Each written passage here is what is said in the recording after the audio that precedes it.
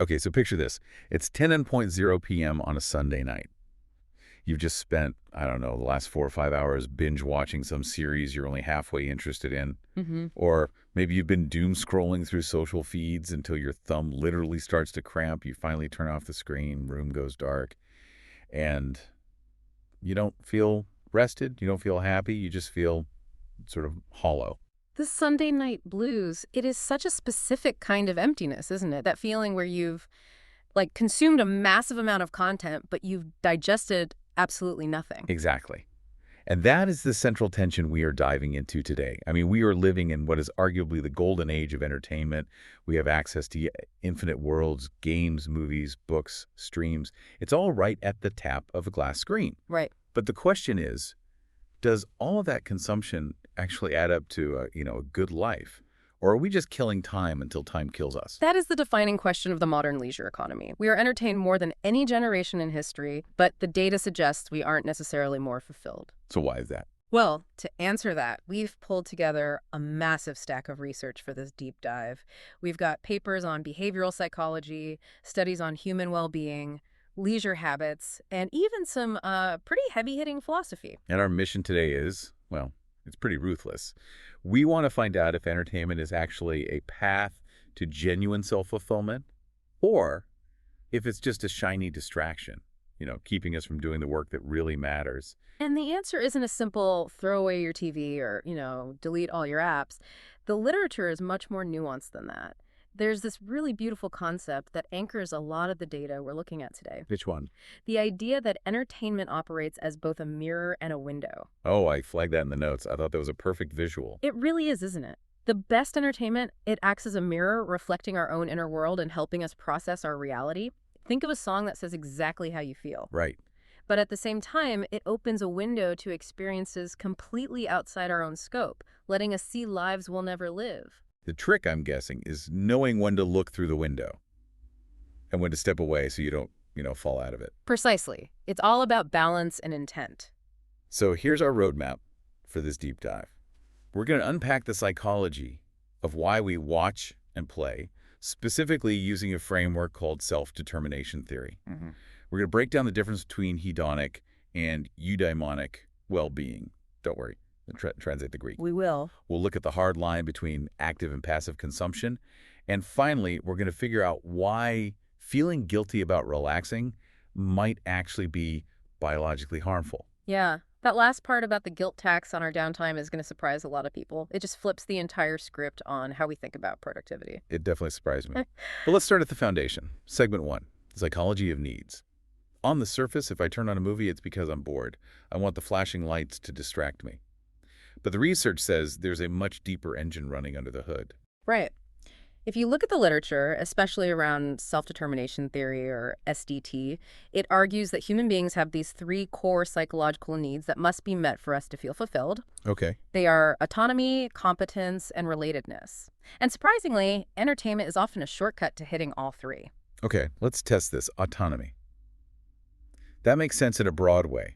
I hold the remote, I choose the show. But it's deeper than just holding the remote. I mean, think about the structure of a modern workday. For 8 to 10 hours, your time is often not your own. You're answering to a boss, a client, a schedule, maybe family demands. You're in a state of compliance. So the act of choosing a game or a film is an act of reclaiming territory. Exactly. When you come home and decide, I am going to inhabit this world for 2 hours, that is a restoration of autonomy. You're the captain of the ship again. It regulates your sense of control in a life that often feels chaotic. Okay, that tracks. But the second one, competence. That's the one I struggle with. Competence implies skill, work, effort. If I'm just sitting there or pressing buttons on a controller, how am I feeling competent? This is where gaming is the perfect example, though it applies to complex narratives too. Why do people play video games that are incredibly difficult? Think of Elden Ring or some complex strategy game. They're frustrating. They make you fail over and over. Yeah, I have friends who scream at their monitors to relax. It does not look relaxing. They aren't relaxing in the physical sense. They're chasing competence. When you master a level or solve a puzzle, or even when you figure out the killer in a mystery novel before the reveal, your brain gets this massive hit of, I am capable. You faced a challenge and you overcame it. So in a life where we might feel incompetent or stuck, maybe a project at work isn't moving or parenting is really hard, we use entertainment to simulate that feeling of, I'm good at this. And the research suggests that this simulation is valid, it contributes to well-being, it validates you as a capable agent, it reminds you that you can solve problems. And the third one, relatedness, Connection. which, again, feels a bit counterintuitive if I'm sitting alone in a dark room. But psychologically, you aren't always alone. There's something called parasocial interaction. We form bonds with characters. We feel their wins and losses. It stimulates the same parts of the brain as a real connection. Okay. But beyond that, think about the water cooler effect. Keeping part of the cultural conversation. Yeah, right. Watching a popular show allows you to participate in the dialogue the next day. It signals, I belong to this group.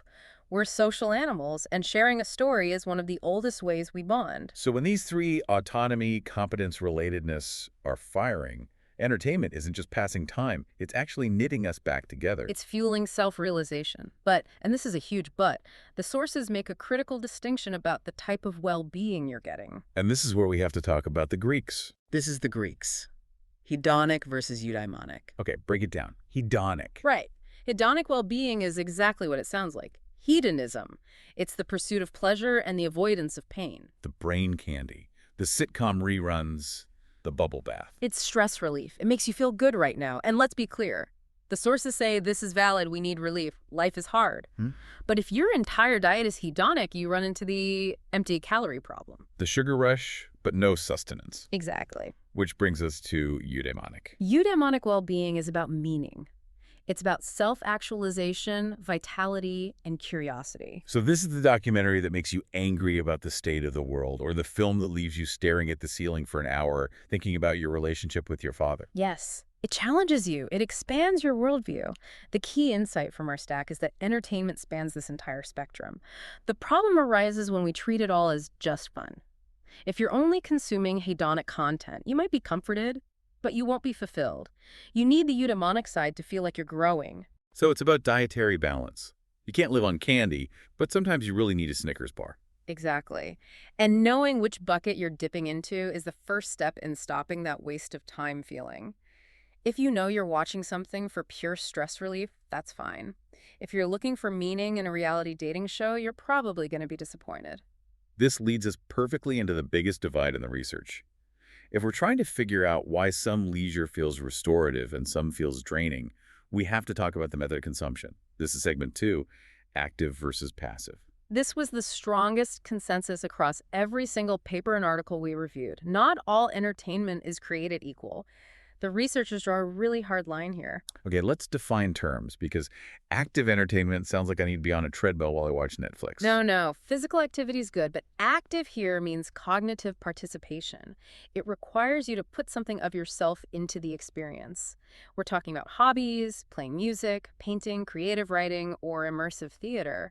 Even complex gaming counts here. So anything where the information doesn't just wash over you, but you have to process and interact with it. Right. And the benefits here are massive. The sources talk extensively about flow states. I love the concept of flow. Yeah. It's that feeling when you look up and 3 hours have just vanished, but you feel energized, not drained. That's the hallmark of active entertainment. You lose track of time because you are so fully engaged.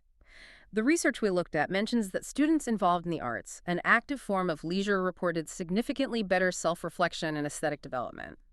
They weren't just having fun, they were building a more complex version of themselves. Okay, so that's the gold standard. Now let's look at the other side. Passive entertainment. This is the potato mode. This is the low engagement consumption. Mindless scrolling, background TV, watching things you don't even really like just to have some noise on. And the sources are pretty harsh on this, aren't they? They are. The data suggests that passive consumption yields very limited impact on fulfillment. There's a great analogy in the source material that compares this to junk food. I saw that. It satisfies the immediate urge. You're bored, you scroll, you're not bored anymore, but it doesn't sustain you. It provides what the researchers call tepid happiness. Tepid happiness. Wow. Wow. That is a haunting phrase. It is. It's a low-grade satisfaction. You're filled up, but you aren't nourished. And the danger isn't just that it's neutral. If you do it in excess, it becomes negative. It displaces the things that actually would give you that eudaimonic growth. This is where we cross into the danger zone. Segment 3. The trap of escapism and vicarious living. Because there's an argument in the text labeled the danger of entertainment, and it did not pull any punches. No, it really didn't. This is the argument that entertainment can become a crutch. The text describes it as a secondhand version of fun. Oof, that phrase hit me hard. This- Secondhand fun. Mm-hmm. It's the idea that instead of going on an adventure, I watch someone else do it in 4K resolution. Precisely. And your brain is easily tricked. You get a little microdose of dopamine watching the hero save the day or the couple fall in love. But your soul, or your psychological self, doesn't get the growth that comes from actually taking the risk. You are outsourcing your living to the screen. But I want to push back on this a little bit because we said earlier that stress relief is valid. Sometimes life is hard, my job is stressful, and I just want to turn my brain off. Is all escapism bad? No, and that's a great point. The experts make a vital distinction here. We need to separate rejuvenation from negative escapism. Okay, how do we tell the difference? Rejuvenation is strategic. You're using entertainment to recharge your battery so you can go back and be productive and present in your real life. You watch the movie, you feel rested, you tackle Monday morning with fresh energy. Got it. And the negative version? Negative escapism is avoidance. You aren't watching to recharge, you're watching to numb out. You're using the screen to avoid dealing with your career, your failing relationship, your own emotions. It tends to happen when your self-control is depleted. So if I'm watching TV because I'm tired, that's good. But if I'm watching TV because I don't want to think about the difficult conversation I need to have with my partner, that's a trap. Exactly. One fuels your life, the other hollows it out. And there's another risk mentioned with passive consumption, specifically with social media, social comparison. Oh, right. The highlight reel effect. Mm-hmm. When you're passively consuming other people's lives, you aren't just entertained, you are comparing your behind-the-scenes reality with all its mess and boredom to everyone else's curated highlights. The sources link this directly to feelings of inadequacy and a sedentary lifestyle. It's hard to feel self-fulfilled when you're constantly reminded that everyone else seems to be having a better time than you. Correct. And that comparison just kills the joy of the leisure itself. Now, I don't want to leave you in a pit of despair here. We've bashed the screen enough. Let's swing the pendulum back. Yeah. Segment 4, connection, catharsis, and perception. Because entertainment does help us process things. It absolutely does. This is the emotional catharsis piece. Humans are emotional creatures, but we often suppress those emotions just to function in society. You can't just burst into tears in a board meeting. Right. Entertainment provides a safe simulation space to feel big things. Like when you just need a sad movie to let yourself have a good cry. Or a horror movie to process anxiety. It allows us to feel deeply without real-world consequences. And that is a vital psychological function. And we touched on this earlier, but the social connection piece is real. It's not just about the content, it's about the bridge it builds to other people. Yes, concerts, movie premieres, even just debating the ending of a show on a forum. These are social glue. They foster belonging. If your entertainment habit is isolating you, it's likely negative. If it's connecting you, it's likely positive. But there's one specific nuance in the research that I found absolutely fascinating. It's about how our perception changes the biological outcome of our leisure time. This is critical. This is so important. The research shows that the benefit you get from your downtime depends heavily on how you view the activity. Explain that, because it sounds a little like magic. It's mindset. It really is. Yeah. If you view your leisure time as valuable, if you say to yourself, I am going to watch this film because I love it and I deserve a break, it actually boosts your well-being, you get the recharge, your cortisol lowers, you actually recover. But if you feel guilty? If you view it with guilt or negativity, or you're thinking, I really should be doing laundry right now, those benefits fail to materialize. So the guilt actually blocks the recharge. Yes. You don't get the productivity of working, but you also don't get the restoration of resting. You get the absolute worst of both worlds. You're just stressing yourself out in front of a screen. That is a game changer. Right. It means that if you're going to watch the show, you have to commit to it. You have to own it. Don't half watch it while beating yourself up. That is the literal definition of a waste of time. The sources are clear. Leisure is not a vice. It is a biological necessity. But you have to treat it with respect. So where does this leave us? We've looked at the psychology, the traps, the benefits, the mindset. How do we actually apply this? Segment 5, the practical application. What is the final verdict from the stack? Does entertainment lead to self-fulfillment?